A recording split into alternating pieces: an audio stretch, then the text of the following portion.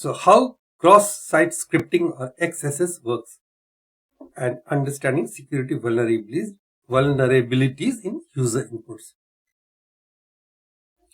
So welcome. In this lecture, we are going to explore one of the most dangerous and common security vulnerabilities in JavaScript applications, which is known as cross-site scripting or XSS.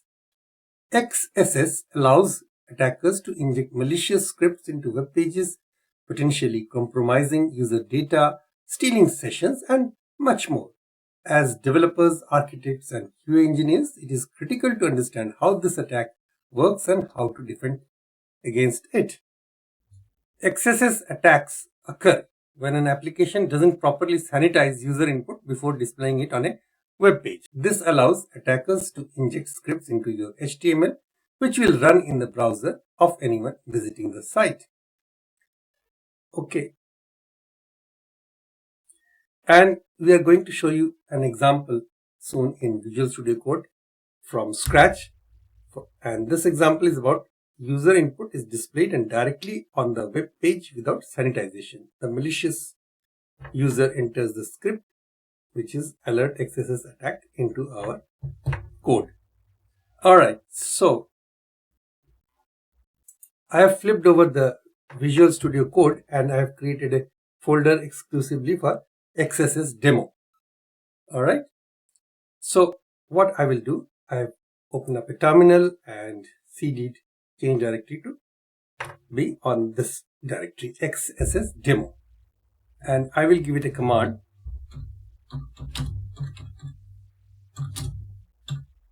npm init -y.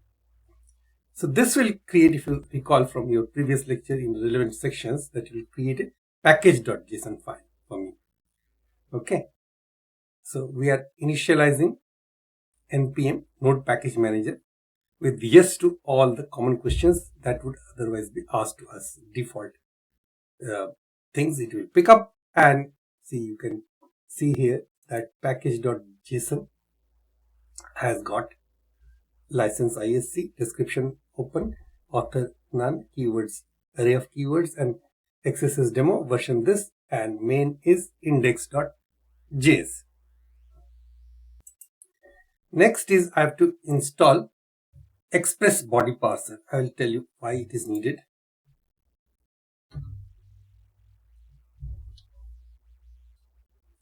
So it adds onto the dependencies body parser and Express. So Express and body parser, two different packages. Alright, and in the package log.json you have got this body parser.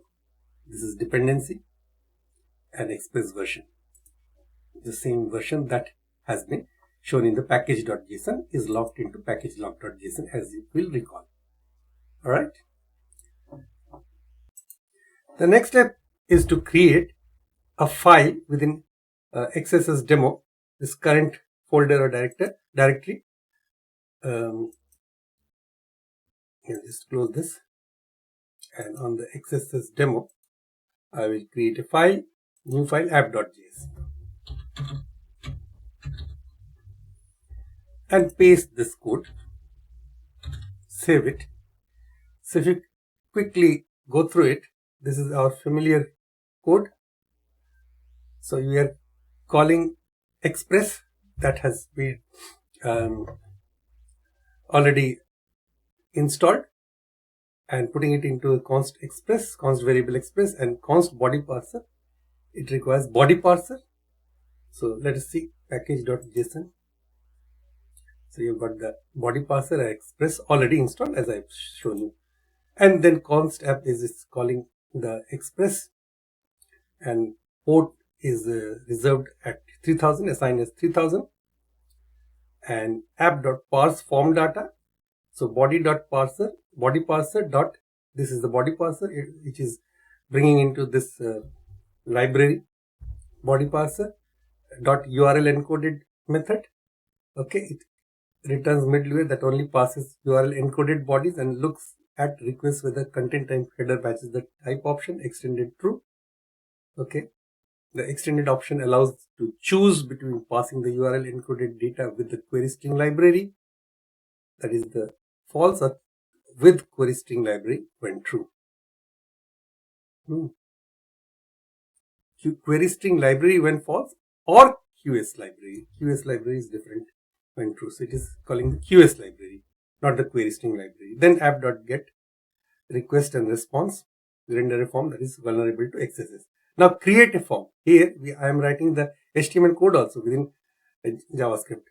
So this is a form method post action /comment, and it creates a text area. Name is comment. There are 4 rows and 50 columns, and then the button type submit button, which has got a submit comment written over it. That's title or name of the button is submit comment. And then I will run this application. Then first let us clear the screen, as we have already done or always done, to give us more real estate. And then node app.js. So vulnerable app running at this localhost port. Follow link. It gives me this form at localhost port 3000, which comes from the app.js. Now, in the text box, let me write this script, which I have pasted on my clipboard. This is the script, that same script, which is an alert box with XSS attack written and submit comment. See, localhost says XSS attack. Okay, so this is just a small demo that script could be injected into your application as a comment. All right, I have now stopped the application. Now we have created the vulnerable application, and we are made ourselves prone to XSS attack. Now how to prevent it? That is our main objective now. So to demonstrate a secure version, I have to sanitize, or you can sanitize the user input before rendering it. So one way to sanitize is to use libraries like XSS filters or sanitize HTML to remove potentially harmful code. Okay, so what we will do, we will install sanitize HTML, sanitize dash or sanitize hyphen HTML, which is npm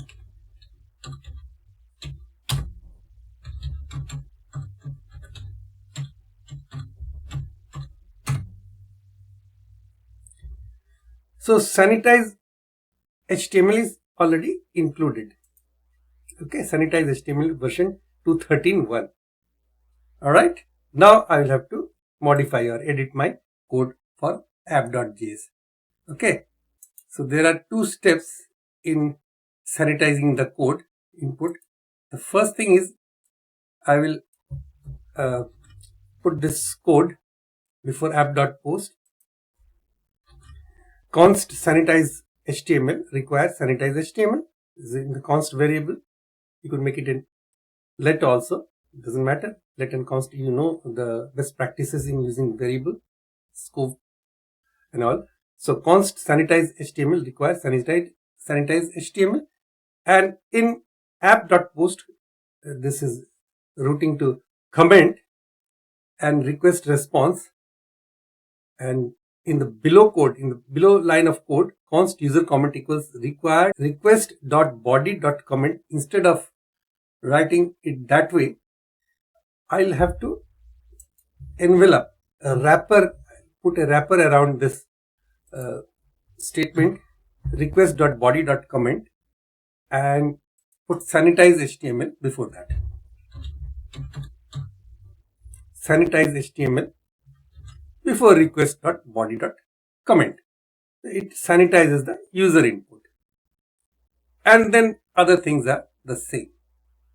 All right, now let's run this application once more. Clear everything on the screen.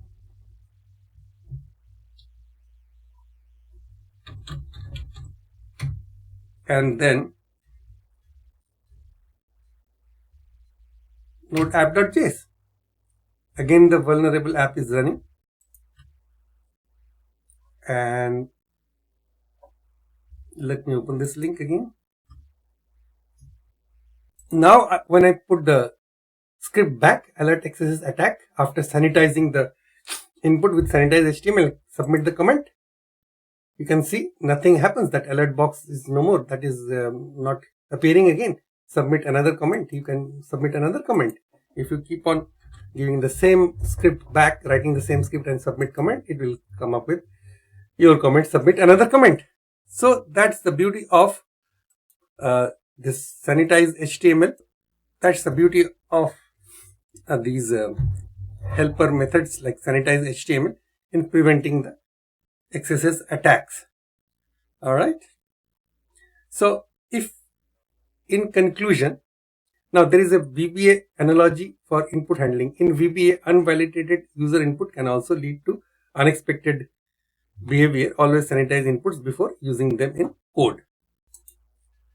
So in conclusion, if you are unable to see the alert pop up, it is likely because the browser or framework was automatically protecting you from XSS. Using a simple server like the one demonstrated just now in front of you allows you to see how XSS works without these automatic protections. You can then move on to showing how to prevent it by sanitizing input. Or you have seen how to sanitize the inputs yourself. And so to sum up, cross-site scripting is a serious threat in JavaScript applications, but with proper input sanitization and the use of a content security policy, you can drastically reduce the risk of an attack. Always treat user input as untrusted and never render it without sanitization. Thanks for watching this lecture.